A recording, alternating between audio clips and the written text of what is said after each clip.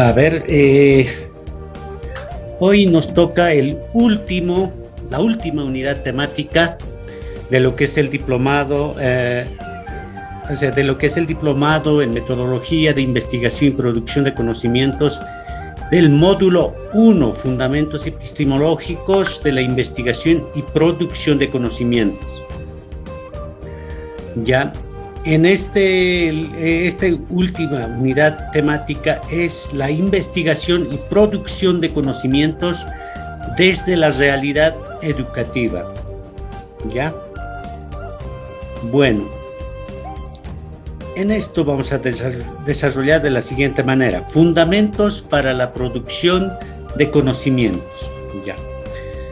A ver, como esta es la unidad temática número 4, el último del primer módulo del diplomado, entonces vamos a tener muchas actividades, ¿ya? Entonces, a tomar nota muchos aspectos, ya a fin de que no tengamos dificultades al finalizar tanto el módulo como también el diplomado, ¿ya? Entonces, tome nota siempre, ¿ya? Fundamentos para la producción de conocimientos. ¿A base de qué? ¿Cuáles son los criterios o los fundamentos para para la producción de conocimientos? Vamos a decir, la idea de ciencia como producción de lo nuevo y no como aplicación de teorías y métodos conocidos. O sea, en esta unidad temática más vamos a hablar acerca de cómo nosotros podemos plantearnos ya la producción de conocimientos desde nuestra realidad, desde nuestra perspectiva, desde nuestra experiencia. Ya en anteriores unidades temáticas hemos conceptualizado muchas cosas, pero siempre nuestro enfoque estaba en ello, ¿no? Entonces, aquí vamos a base de qué, cuáles son los criterios, ¿no? para la producción de conocimientos. Entonces, vamos a tener en mente como que la idea de la ciencia, ¿no? es algo nuevo, ¿ya? Y no como una aplicación de teorías, diciendo, del pasado. O sea, teorías que ya hemos conocido. Entonces, algo nuevo. Ya eso es lo que nos estamos llamando. La idea de indeterminación, o sea, no sabemos el resultado, cuál va a ser, ¿no? Ya nos estamos aventurando, en otras palabras, ya, pero tenemos que ser seguros de lo que estamos tratando de hacer, ¿no? Esa es la base. Ya otro, no separación del sujeto que produce conocimiento y la realidad que conoce, ¿no? O sea, mira, nosotros como sujetos de la producción de conocimientos, ya, no tenemos que separarnos de la realidad. Eso es lo que pasa muchas veces, ¿no? El anterior, por ejemplo, les había comentado, ¿no? La idealización, ¿no? de ciertos criterios, ya cuando se mira un horizonte, ya se idealiza, pero no sabemos cómo vamos a llegar a ese horizonte, cómo vamos a consolidar, cómo vamos a teorizar esa idea. Entonces, cuando pasa eso, ya definitivamente hay una separación ya del sujeto que produce el conocimiento y la realidad. Ya siempre tiene que estar ligado ya el sujeto y la realidad. No pueden estar separados. Ya, al respecto, ¿qué dice Samanamud? Dice, ¿no? El siglo XX, ¿no? La ciencia como el proceso de aplicación de teorías y métodos que garantizan la acumulación de conocimiento científico. Eso nosotros podemos percibir, hemos percibido, ¿no? El siglo XX prácticamente era eso, ¿ya? Era un momento en que la acumulación del conocimiento ya respondían a ciertas, como anterior unidad temática estábamos tocando, ciertas hegemonías, ¿ya? Entonces, el siglo XX prácticamente ha servido de una acumulación, ¿no? de conocimiento científico, ¿ya? Y en eso es lo que ha surgido lo que es la hegemonía del conocimiento sobre nosotros. Entonces nosotros nos hemos permitido nosotros nos hemos quedado en solamente receptores, digamos, de ese conocimiento. Entonces ahí es donde tenemos cierto, digamos, tendencia, ¿no? a querer valorizar lo que es de afuera y no lo que es de nosotros. Es como que dijéramos, ¿no? Allá es donde hacen todo, donde producen el conocimiento y aquí no. No, entonces esa idea más o menos se ha consolidado y eso ha provocado lo que es la hegemonía del conocimiento ya en lo que es el siglo XX. ¿Ya? El nuevo conocimiento no se da por seguir métodos ya definidos, dice, ¿no? Entonces, ¿qué estamos diciendo, no? El nuevo conocimiento, nosotros que vamos a entrar en ese ámbito de generar, de producir conocimiento, ya, no se van a dar cuando seguimos métodos ya definidos. Ese es algo, una afirmación muy atrevida ya, ¿no? Ya, o sea, desde mi perspectiva puedo decir, pero sin embargo se puede hacer eso, a eso estamos llamados, ¿no? Cada uno de nosotros. Ese es nuestro propósito, ¿ya? Entonces, ¿cómo nosotros vamos a generar método, la metodología? Ya habíamos hablado en las anteriores sesiones. Entonces, si nosotros vamos a seguir siguiendo lo que ya está planteado, entonces no se van a generar nuevos conocimientos. Dice, eso, Samanamud dice, para que nosotros podamos tener en mente de que sí se puede hacer, sí se puede producir conocimiento ya sin seguir los métodos ya pasados. Y ahora, para Samanamud, el seguir métodos ya definidos, entonces definitivamente para él no es un nuevo conocimiento. ¿Ya? Eso, el conocimiento no solo se descubre, ¿ya? El conocimiento también se puede producir. Obviamente que sí, ¿no? Habíamos hablado ya. Eso no, nosotros, por ejemplo, podemos decir que el conocimiento ya se descubre, por ejemplo, hay unas corrientes epistemológicas donde indican claramente, ¿no? Porque todo ya está descubierto, no nada podemos, por ejemplo, el dogmatismo, todo ya la verdad absoluta que ya existe y no puedes hacer uno nuevo, ¿no? Entonces, si nosotros tenemos ese tipo si nos abocamos a ese tipo de corrientes epistemológicas, prácticamente nos estaríamos encerrando de que no se puede producir más conocimiento. Sin embargo, no debemos siempre, ¿no? No solamente mirar el descubrimiento, sino que generar, ¿no? Generar, hacer ciencia, eso es lo que habíamos hablado, ¿no? A ver, fundamentos para la producción del conocimiento. Seguimos. En Latinoamérica ya hay varios pedagogos que plantean de la siguiente manera, ¿no? Orlando Fals va a decir, la investigación es acción participativa. ¿Ya? ¿Qué quiere decir con la acción participativa? Es cuando se actúa y se participa. En ahí están los sujetos, ¿no? Quienes van a producir el conocimiento, los sujetos que intervienen en la producción del conocimiento. ¿Ya? Paulo Freire va a decir, la educación y transformación de la realidad. Paulo Freire siempre va a partir de la realidad, ¿no? Ese es su pensamiento, ese es su corriente, ¿no? Del contexto es que va a partir para plantear una educación transformadora y liberadora, ¿no? Entonces, cuando plantea Freire, ¿no? La educación y transformación de la realidad, entonces, él está planteando a llevar la educación hacia un cambio profundo, ¿verdad? Un cambio que se pueda hacer, pero desde nuestra realidad. Hugo Semmelman y Estela Quintar, ¿no? El presente potencial y la pedagogía de la potenciación, ¿no? O sea, mira, ahí estos dos autores plantean también, es más o menos como el planteamiento de Piaget, ¿no? O sea, la zona de desarrollo próximo, ¿se acuerdan de eso, verdad? Entonces dice, ¿no? El presente potencial es fundamental, ¿no? Para la próxima potencialización, o sea, próxima potenciación. ¿Ya? El presente potencial, o sea, descubrir las potencialidades de un entorno donde nos encontramos, ya nos puede llevar hacia una potenciación, ¿no? En la producción de conocimientos. Ya nos están ya nos están dando algunos parámetros para que nosotros podamos de cómo poder hacer este asunto de la producción de conocimientos.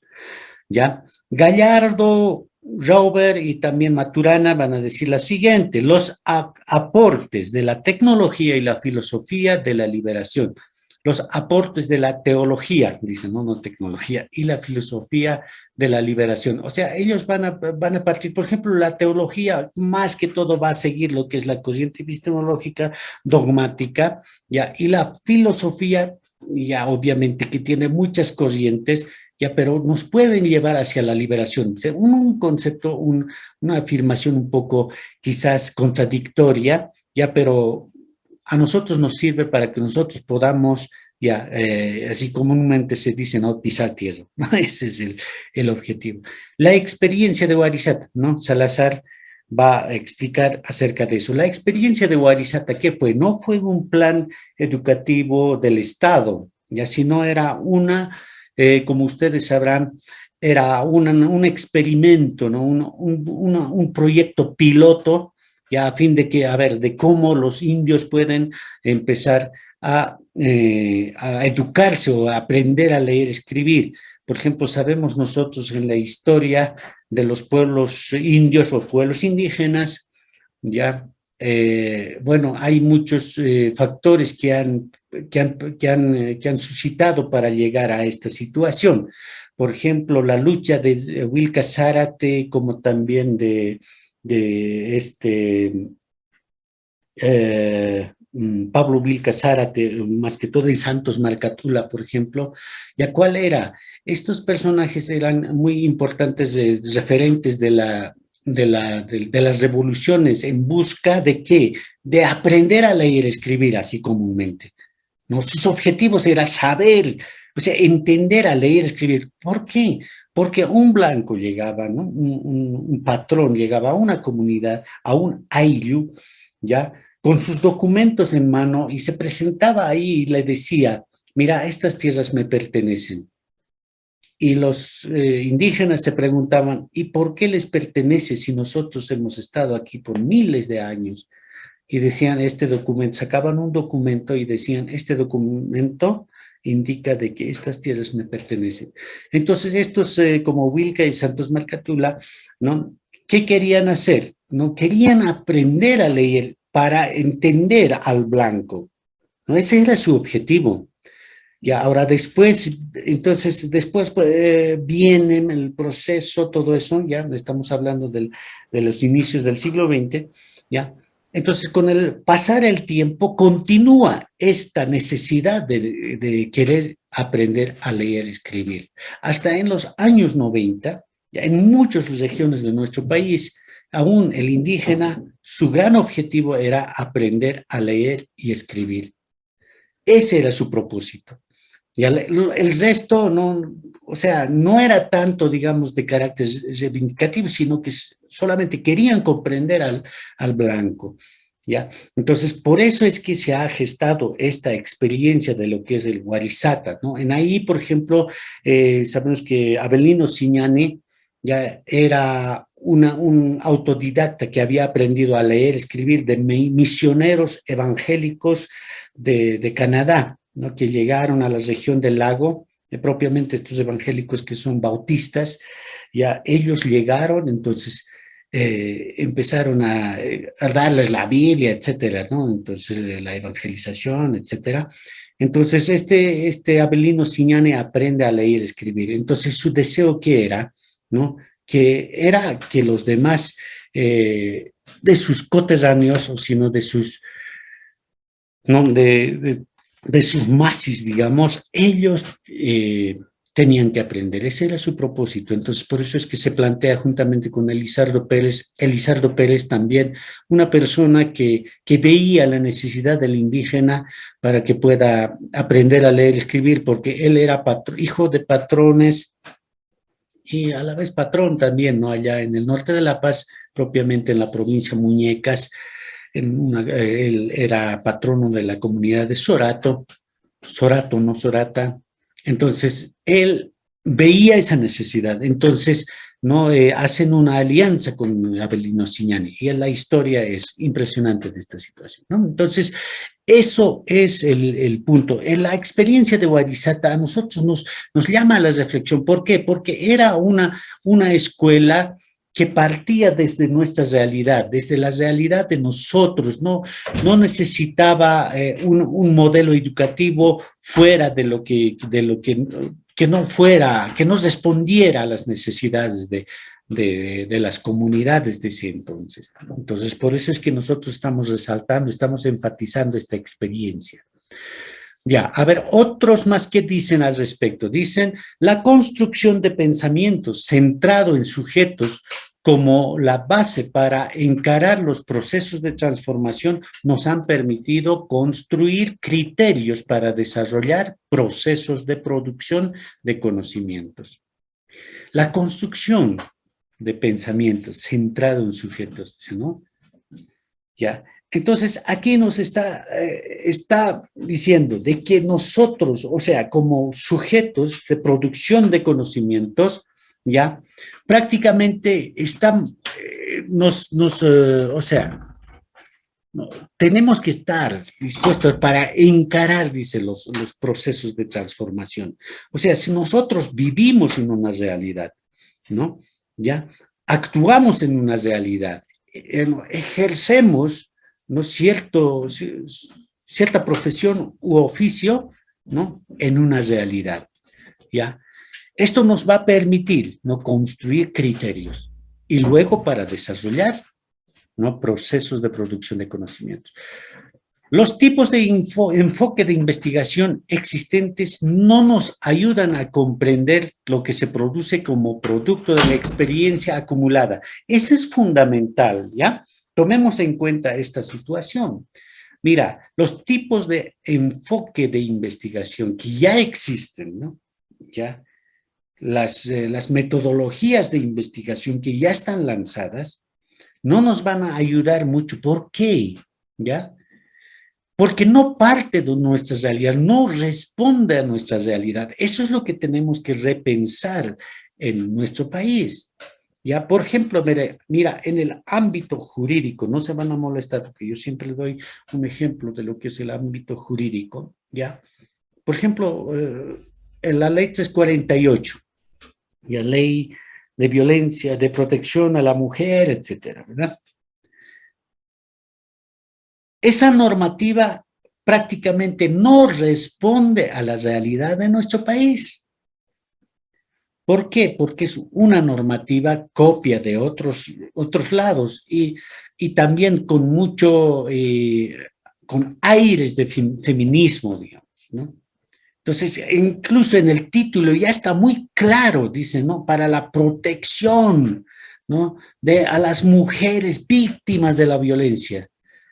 Uy, entonces, mira, ahí incluso está plagado de eufemismos jurídicos como el feminicidio al empezar nomás, ¿no? Entonces, esta normativa no responde. ¿Por qué? A ver, una vez que se ha promulgado esta normativa, se han generado más violencia, incluso más feminicidios ha existido, ¿verdad? Entonces, algunos dicen, no, es que los medios de comunicación resaltan. No, pero en las estadísticas sí. Entonces, ¿dónde está el error? ¿No? A más normativa, el delincuente es más astuto. Entonces, cuanto más severa sea la norma, el delincuente va a ser más astuto. Entonces, ¿dónde está el error aquí? Ahí es donde nosotros entramos como educadores, ¿verdad? No, la respuesta en la educación. ¿Ya? La producción de conocimientos trata de un conjunto de juicios que intenta articular procesos pensados desde problemáticas y necesidades planteadas para la concreción del modelo educativo sociocomunitario y productivo hasta la sistematización de las experiencias.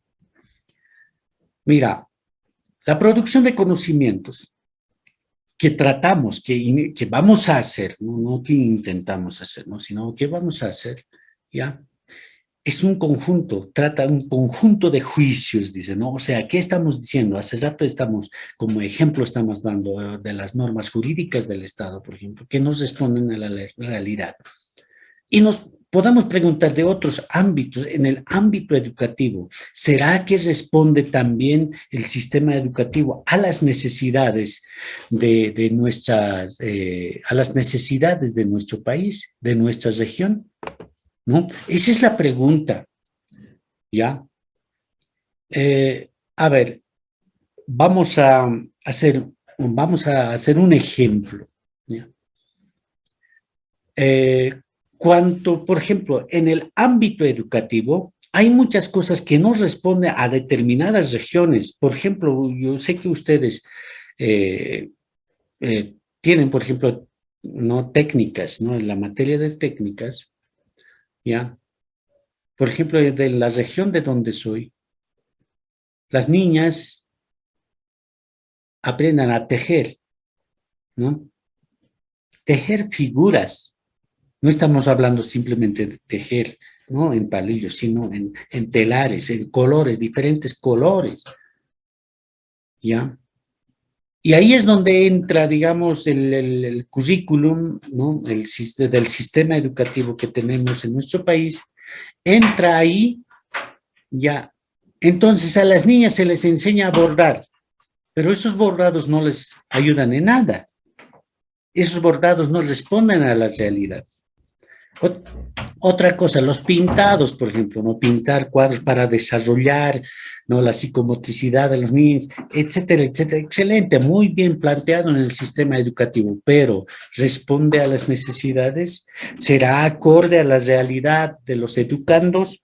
Entonces, desde esa parte es que ¿no? Va a nacer, va a surgir para articular procesos, ¿no? Pensados desde problemáticas y necesidades, dicen, ¿no?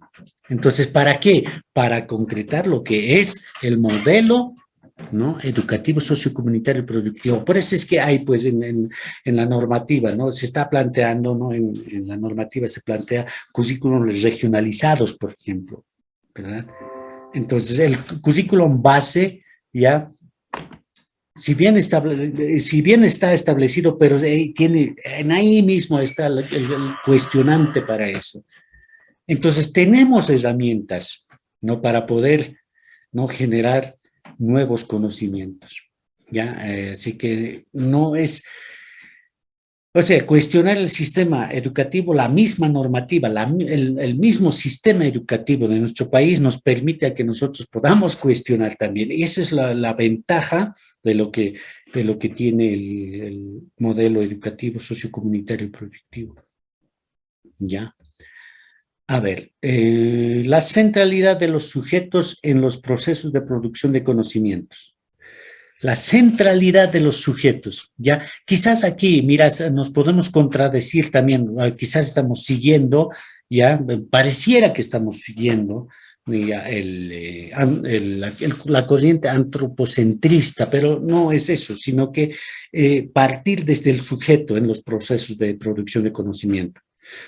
Ya, se trata de un hecho concreto, ¿ya? Un hecho concreto. Si vamos a querer, digamos, abarcar a muchos temas, entonces nuestro propósito ya va a ser ambiguo. Por ejemplo, estas sesiones sincrónicas que hacemos, tratamos de hacer que sea más amplio posible, ¿no? Entonces, a veces suena que como que es muy ambiguo y no concreto, ¿ya? Pero cuando nosotros estemos iniciando con la producción de conocimientos, tiene que ser de un hecho concreto, ¿ya? Es el proceso desde el que los sujetos hacen viable y desarrollan la concreción de una práctica educativa, resolución de un problema. Ya, ahí está muy claro, ¿no?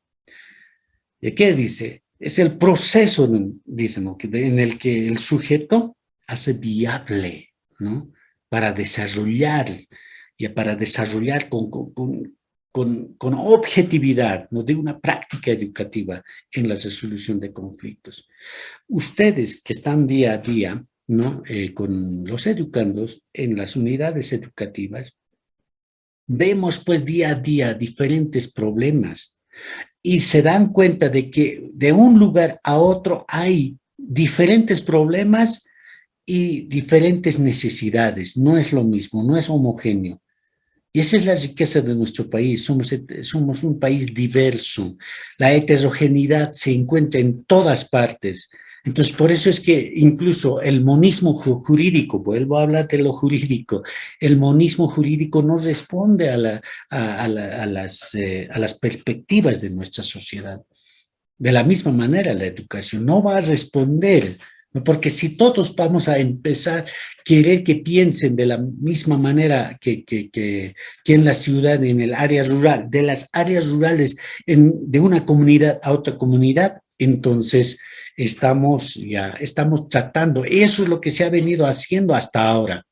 Entonces creo que ahora es tiempo de que nosotros podamos plantearnos nuestras nuevas paradigmas ya epistemológicas en cuestión a educación, ya partiendo pero desde nuestra realidad en la resolución de algún problema. El proceso por el que el sujeto orientado por un horizonte produce la realidad en esa perspectiva, ahí está, ¿no?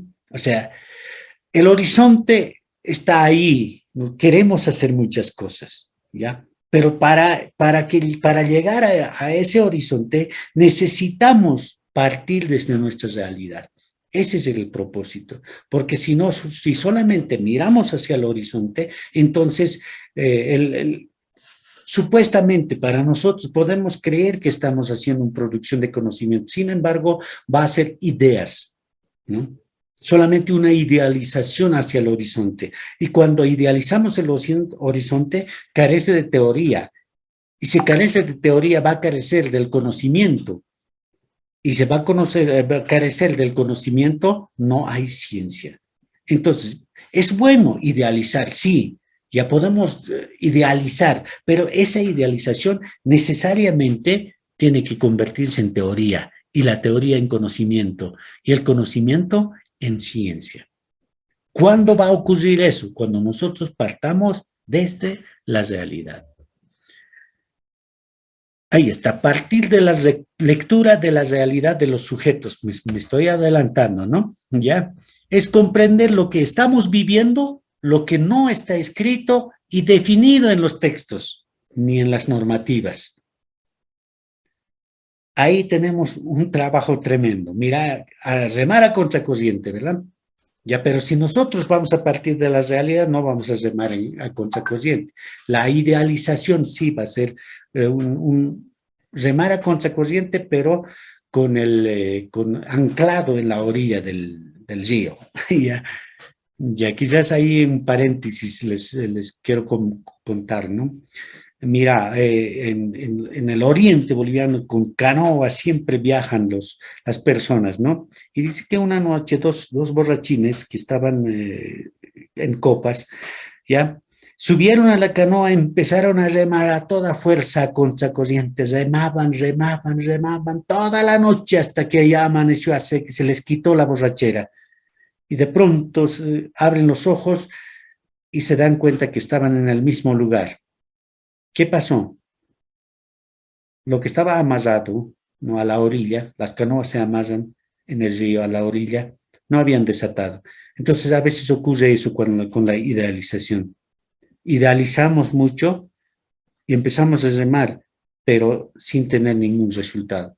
Entonces por eso es necesario comprender, ¿no?, lo que estamos viviendo, ya, lo que no está escrito y definido en los textos ni en las normativas, pero de lo que estamos viendo. Leer la realidad concreta para reconocer las posibilidades de construcción de conocimientos, ¿no? Es la base para que el maestro cuente con herramientas para comprender su realidad y definir decisiones pedagógicas en su contexto, ¿no? Entonces, leer la realidad nos va a ayudar en gran manera a eso, ¿no? Entonces, nuestra producción de conocimiento, nuestra investigación va, o sea, si es que parte desde nuestra realidad, va a tener resultados objetivos y concretos, ¿no? No solamente va a ser ideas, no se va a idealizar, sino que va a tener un resultado concreto. Y vamos a continuar con el tema.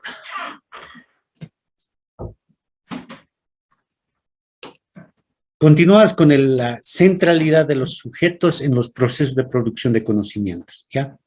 La escuela como espacio investigativo.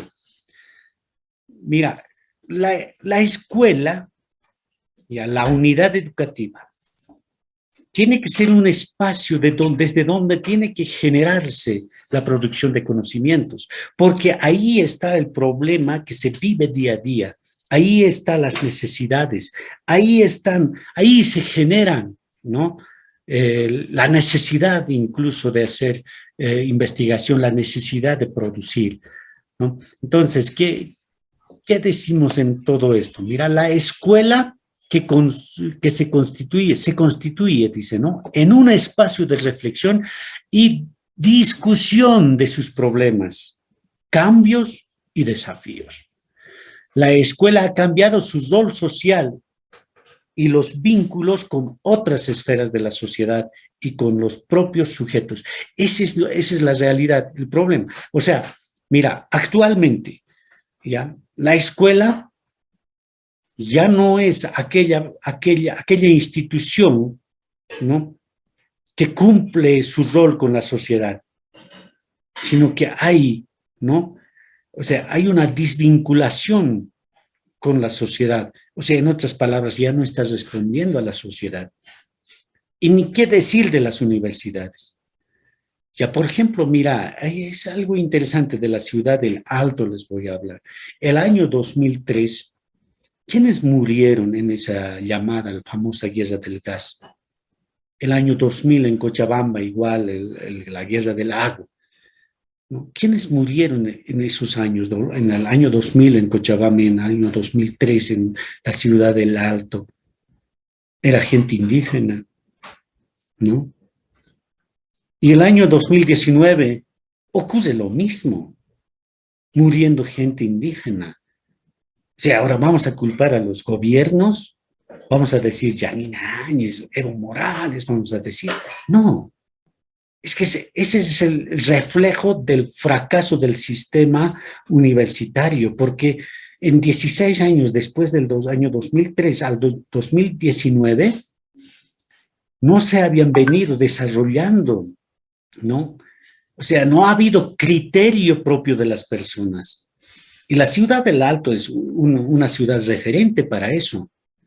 No todos los años, en cada gestión pública, digamos, eligen representantes como los alcaldes, pero la ciudad del Alto elige de manera, o sea, sin pensar, sin criterio, ¿no? Por ejemplo, ahora la alcaldesa, ¿no? O sea, sabían que cuando era candidata no tenía un plan de gobierno, ya no tenía una visión, y la gente sabía, pero para hacer contra a lo que es el masismo, entonces empezaron a votar por ella.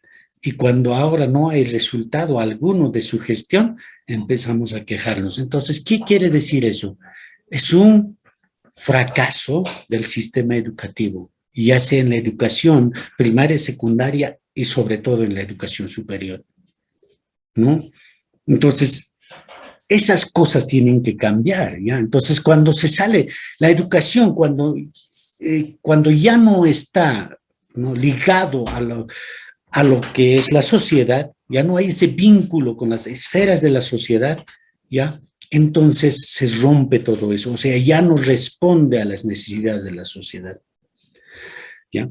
Los maestros construyen sus experiencias, sus vivencias y el sentido que tiene para ellos el estudiar. Y eso es lo que hay que plasmar, ¿no?, en producción de conocimientos. Que no se quede solamente en un recuerdo para nosotros, sino que se pueda, ¿no?, desarrollar conocimiento a base de eso. Que se pueda plantear nuevos paradigmas, ¿ya? De muchos vamos a tener muy buenos aportes. ¿Ya? La centralidad de los sujetos, seguimos en eso. Aquí está.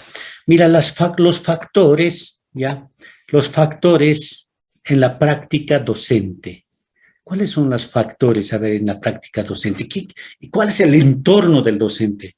Ya ustedes saben muy bien, pero yo más o menos lo veo de esta manera.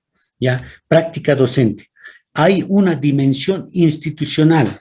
En la dimensión institucional hay planes, programas y proyectos de estudio. Ya ustedes conocen muy bien qué es lo que van a desarrollar, ¿no? Los famosos planes curriculares, etcétera, etcétera, ¿no? Entonces, ahí está el marco normativo, la Constitución Política del Estado, la Ley 070, etcétera. Entonces, esa es la dimensión, la pequeña dimensión que se tiene primero con en la práctica docente, ¿no? Luego viene lo que es la dimensión sociocultural. En esta dimensión sociocultural, ¿qué estamos teniendo? Los retos, perspectivas y miradas de la sociedad. Hace rato hemos dicho, ¿no? Ve que las escuelas se ha desligado, se ha desvinculado de la sociedad. Entonces, aquí ustedes saben muy bien, ¿no? Que existen retos y perspectivas y miradas, ¿no? De la sociedad. Ya la sociedad tiene sus retos, sus propios retos. ¿Qué es lo que van a hacer?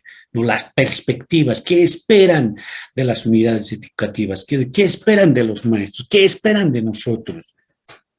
Entonces, sus miradas están en ello. Los códigos culturales. Los códigos culturales son fundamentales, ¿no? A veces en ahí es que tenemos dificultades, o si no, a veces somos posesivos, nos llevamos una cultura diferente, una visión diferente, cuando una comunidad, por ejemplo, tenía una perspectiva diferente. ¿Ya? Yo sé que la mayoría de ustedes son de diferentes departamentos, por ejemplo, como de Potosí, Oruro, ¿no? Entonces, imagínense, la perspectiva de una cultura, de una región, ¿no? Hacia otra región difiere mucho. Entonces, los códigos culturales son fundamentales y eso es lo que nos va a ayudar a comprender, digamos, a una determinada sociedad, ¿ya? La dimensión psicopedagógica. Ahí están las percepciones curriculares, ¿ya? Conceptos, teoría y metodología. Que día a día, ¿no? Ustedes practican en las unidades educativas. Dimensión interpersonal. El docente y su entorno, ya. No olvidemos que el docente, ya, tiene sus emociones, sus alegrías, sus tristezas, sus necesidades, sus problemas. Pero se desarrolla sus actividades en medio de estas dimensiones que ya habíamos anticipado.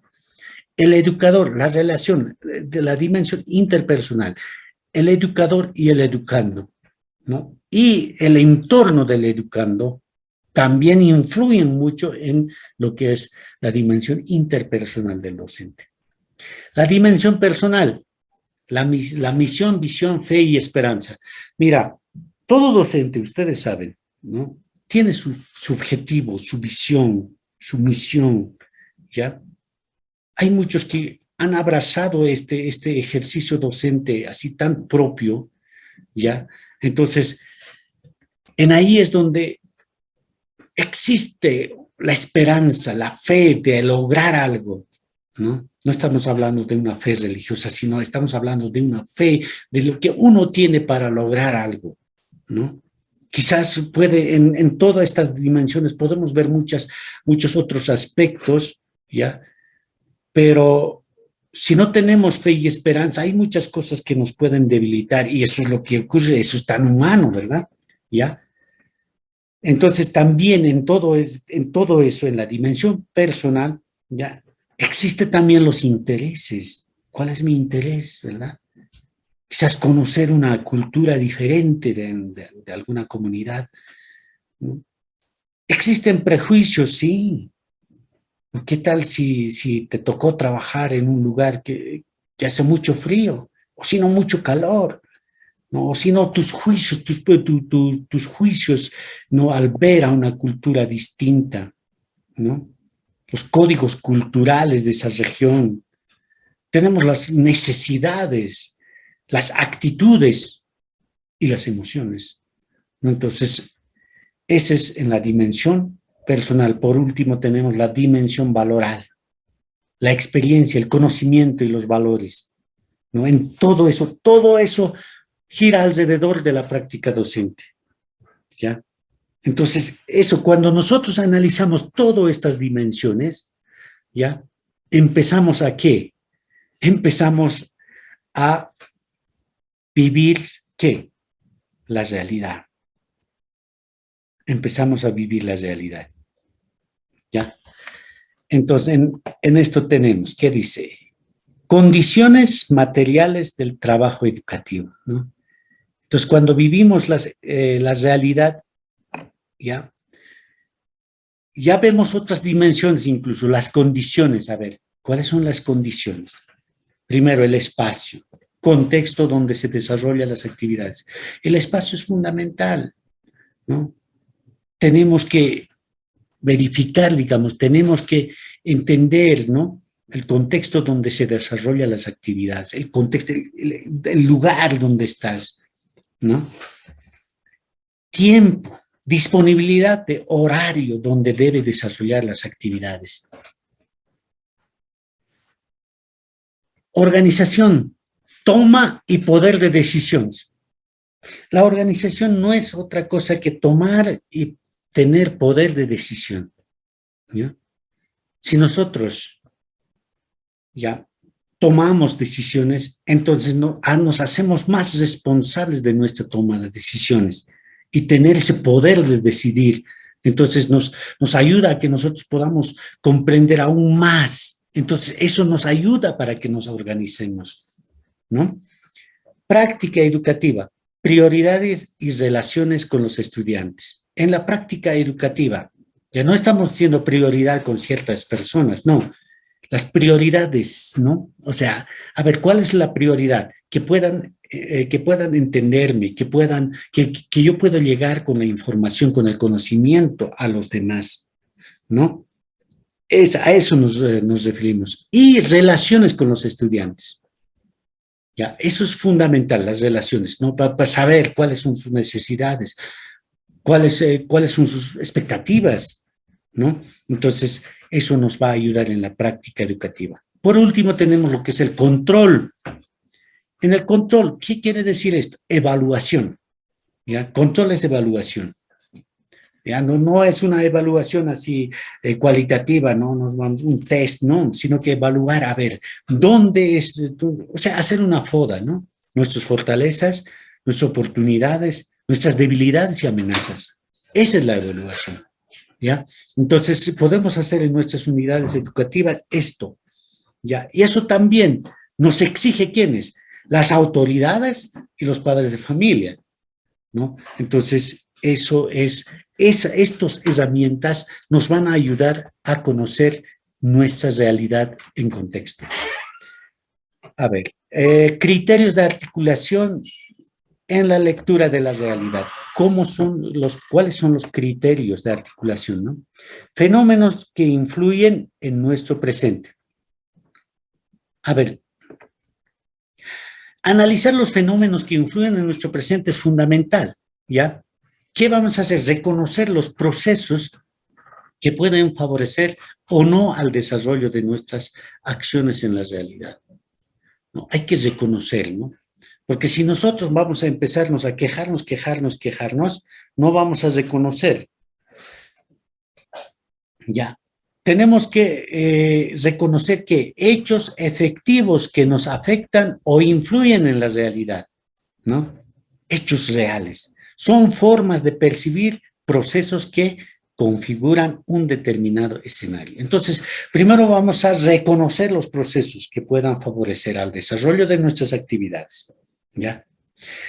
Luego vamos a reconocer hechos efectivos que nos afectan o influyen en la realidad. Hechos efectivos, hechos reales, hechos concretos, los hechos que sí han ocurrido, ¿no? La objetividad se encuentra en eso, ¿ya? Esos nos van a ayudar a percibir procesos, ya que configuran, dicen, ¿no? Un escenario, un entorno donde nos encontramos, ¿ya? Los escenarios y circunstancias son creados por otros actores, ¿ya? Padres de familia, autoridades, ¿ya? Los escenarios, las circunstancias, mira, nosotros podemos ver de diferente manera, entonces tenemos que responder ¿no? A las expectativas de los padres de familia y a los instructivos de las autoridades. Qué complicado ya, ¿no? Nosotros, mira, podemos estar pensando, mira, puedo hacer, mira, ahora sí, ¿no? Después del diplomado, ya siento capacitado para generar mis conocimientos, pero de pronto te encuentras ahí con las expectativas diferentes de los padres de familia y las instrucciones de las autoridades que en algún momento pueden opacar lo que tú pretendas hacer, ¿no? Estos procesos son hechos concretos, ¿no? Entonces, ya, pero nosotros, eso es lo que habíamos dicho, las circunstancias, los escenarios que crean, ¿no? ¿Ve? Los padres de familia, las autoridades, eso tenemos que tomar en cuenta cómo aceptar o percibir la realidad, ¿ya? Percibir la realidad. Porque, mira, esa es nuestra realidad, ¿no? O sea, la expectativa de los padres de familia es diferente a las instrucciones de las autoridades diferente. Entonces, pero esa es nuestra realidad, entonces eso nos ayuda a que nosotros, no es para quejarnos, sino para, para de eso sacar, ¿no? La ventaja de que podemos, ¿ya? Podemos crear, ¿no? Entender nuestro entorno, nuestro contexto, ¿ya? Estos procesos son hechos concretos, ahí está, ¿no? Que influyen en nuestra realidad.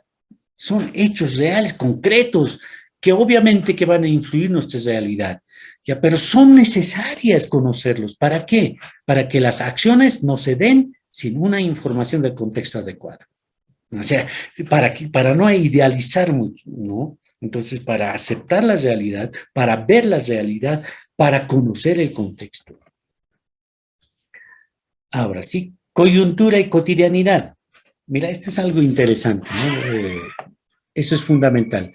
La noción de la coyuntura. ¿Qué es la coyuntura, no? Entonces, ya hemos entendido el contexto, ya, todo lo que nos rodea, a ver, dónde nos encontramos, en qué parte estamos. Ahora, la coyuntura. La coyuntura designa siempre algo que está unido o mejor articulado con otra cosa, causa, casuales y efectos. La coyuntura, ¿qué es? Es nada más ni nada menos que analizar la causa, causales y efectos.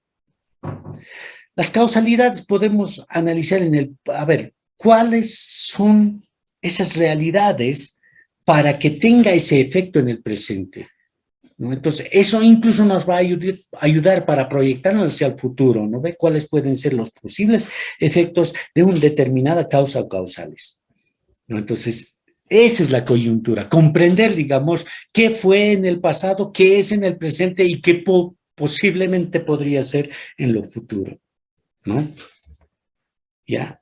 Puede ser también, dice, la ocasión favorable o desfavorable para realizar algo, ¿no? Entonces, eso nos va a hacer llegar a la evaluación, al análisis mismo del contexto. La coyuntura nos permite eso, ¿no? Para determinar, a ver, la ocasión es favorable o desfavorable para realizar algo, ¿no? Entonces, si no analizamos eso, podemos estar fuera del contexto, ¿no? Para poder plantearnos alguna otra alternativa de solución de problemas, ¿no? Este conjunto articulado o concurrente de hechos o situaciones puede ser comprendido por mí, ¿no? O ser asumido confusa que me lleva a un comportamiento determinado que no podría explicar.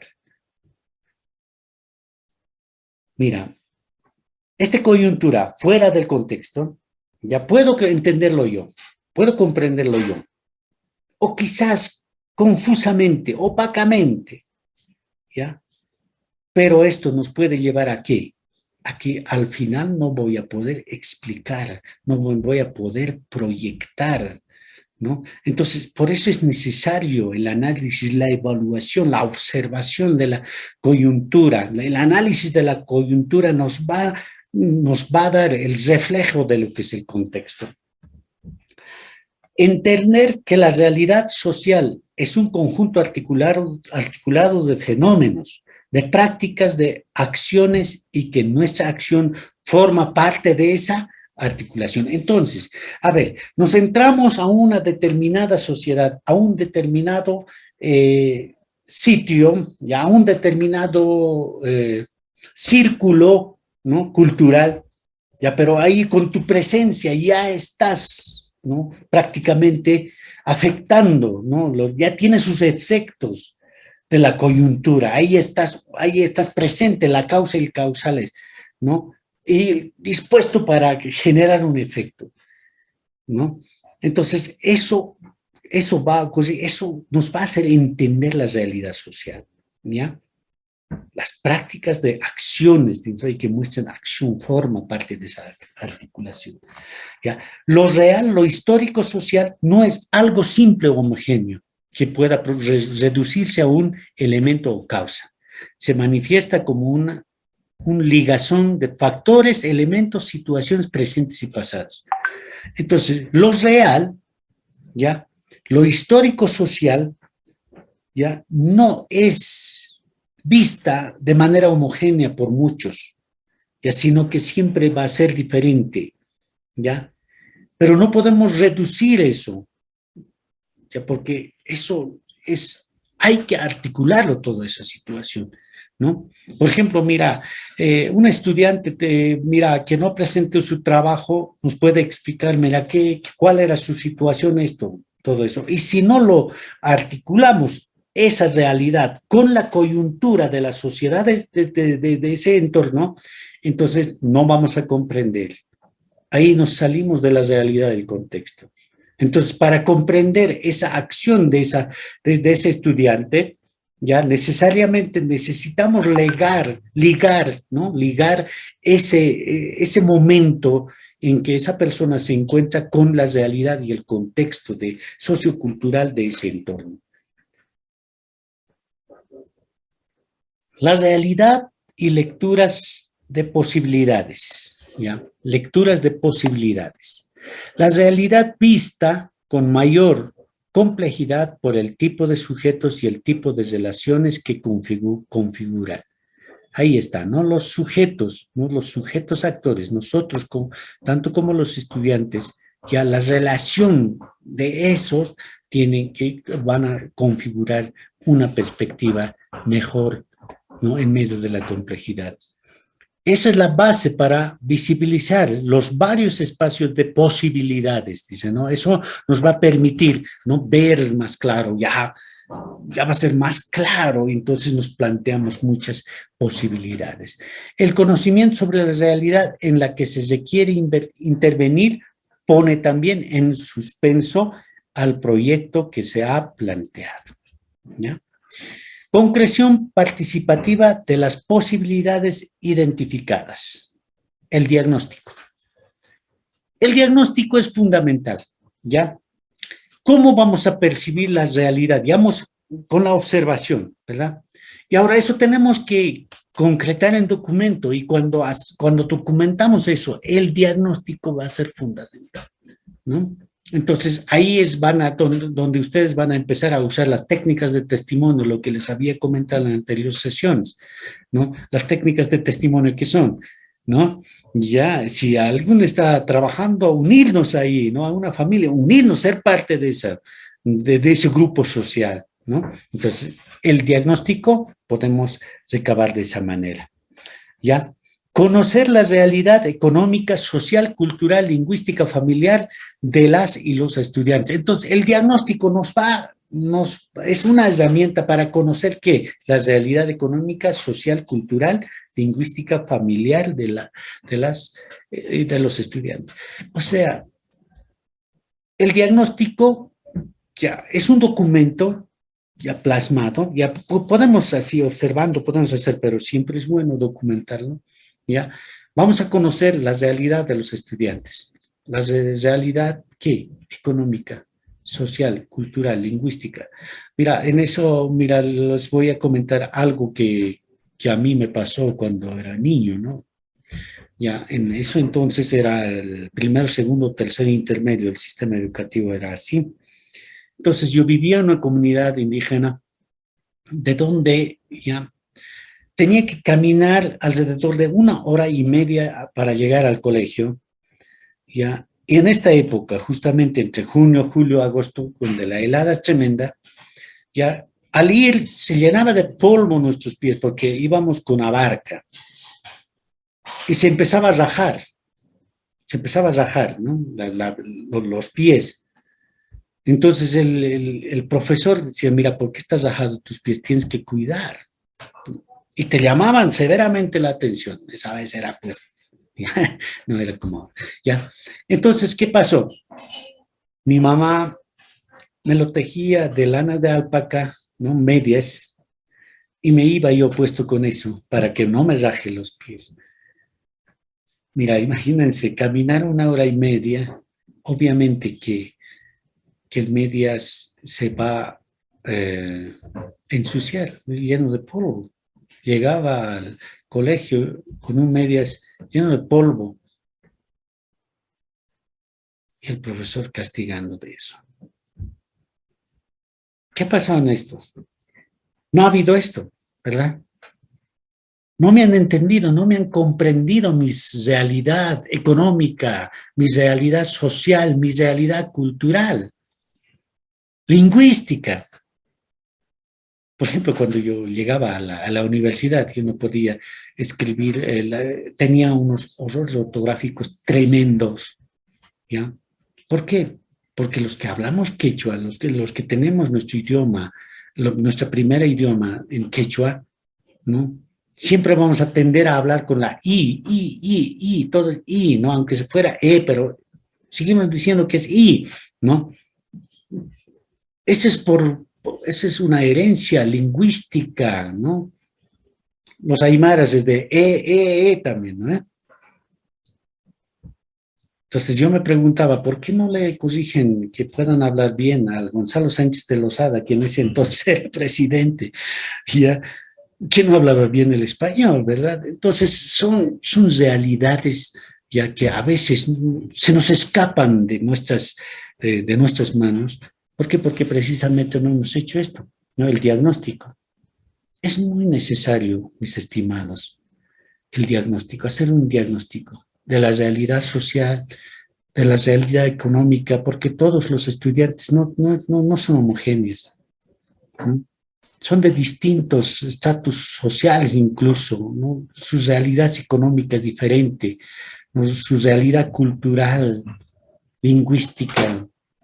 Y en las ciudades es peor porque hay una interculturalidad tremendo. Entonces muchos son de diferentes culturas, sus idiomas, su primer idioma era diferente, ¿ya? Entonces eso es fundamental, ¿ya? Con eso vamos a llegar a lo que es el mapeo de la diversidad como instrumento en los procesos educativos. De todo eso podemos generar podemos empezar a generar nuestra investigación hacia lo que es la producción de conocimientos. Bueno, lo que les muestro es una imagen donde refleja, ¿no? En una investigación yo había plasmado como una escritura ideográfica de nuestros ancestros, ¿no? Esto refleja la vida cíclica de nosotros, ¿no? No toda la vida estamos, ¿no?, arriba, sino todo tiene su fin, ¿no? Su fin. Y de ahí empieza nuevamente, ¿ya?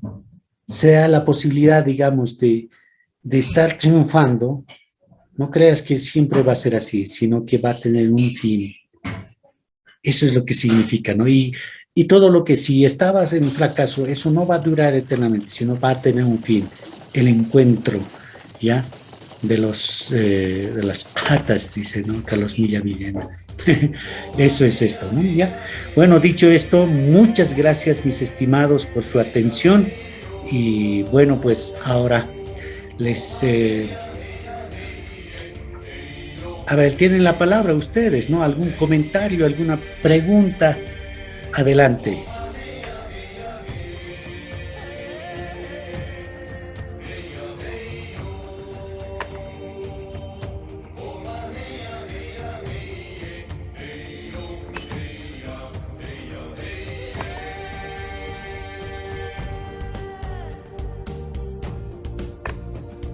Buenas noches, ¿alguien quiere decir algo?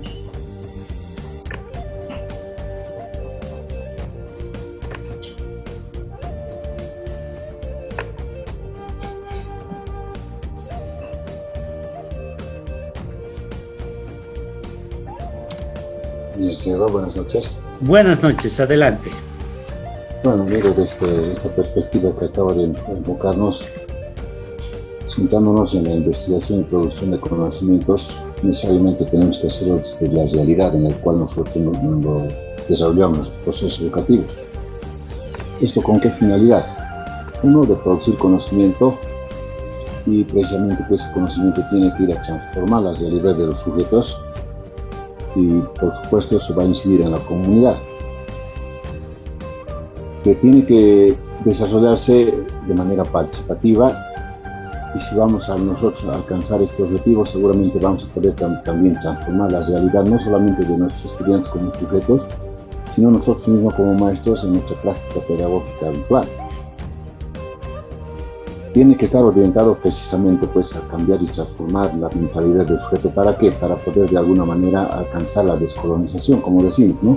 Porque hasta ahorita todavía somos sujetos colonizados en nuestra práctica educativa y en nuestra manera de pensar, que muchas veces no queremos asumir desafíos como los que a los cuales nos vamos a enfrentar a partir de este momento. Y es importante pues de que la construcción del conocimiento tiene que estar siempre centrado en los sujetos para cambiar su realidad. Hay tantos factores que usted ha ido mencionando, de los cuales seguramente muchas veces no nos hemos dado cuenta. ¿Para qué? Para poder de alguna manera mejorar la perspectiva educativa desde la función que realizamos. Por lo tanto, creo que a partir de la aplicación de esta nueva teoría que nosotros acabamos de ver y analizar con usted, seguramente va a ser muy importante partir de un diagnóstico. ¿Para qué? Para que precisamente se desarrolle un proceso investigativo en función de qué, de poder de alguna manera romper con la hegemonía del conocimiento positivista, podemos decir, ¿no? Eurocéntrico. De manera que de alguna manera vamos a encontrar una relación de complementariedad, podemos decir, entre ese conocimiento y los conocimientos, como usted había mencionado, los conocimientos socioculturales que puede tener el estudiante dentro de su contexto educativo. Esto nos va a permitir de alguna manera analizar esas problemáticas para poder conocer un conocimiento nuevo. Creo que en resumen yo podría manifestar todo lo que ha ido usted explicando y la manera como yo lo he comprendido, licenciado. Muchas gracias, David, muchas gracias. Creo que sus puntualizaciones muy impresionantes. Ese es el objetivo, la descolonización, ¿no? Y la descolonización tiene que partir pues de la mente, ¿verdad? Ya, entonces, en todo eso. Ahora, la descolonización tampoco es rechazar todo lo que es afuera, sino que hacer un complemento, ¿ya?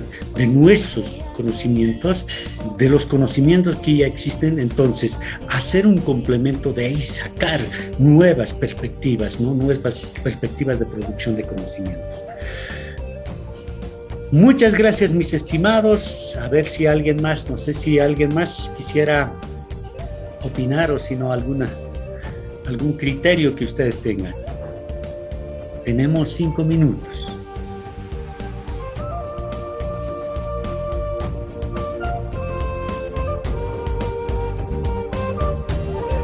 Bueno, aprovechando el tiempo, mis estimados, mira, hay un trabajo que hacer para el módulo 1, prácticamente las sesiones sincrónicas ya están terminando. Ya no se olviden presentar sus trabajos.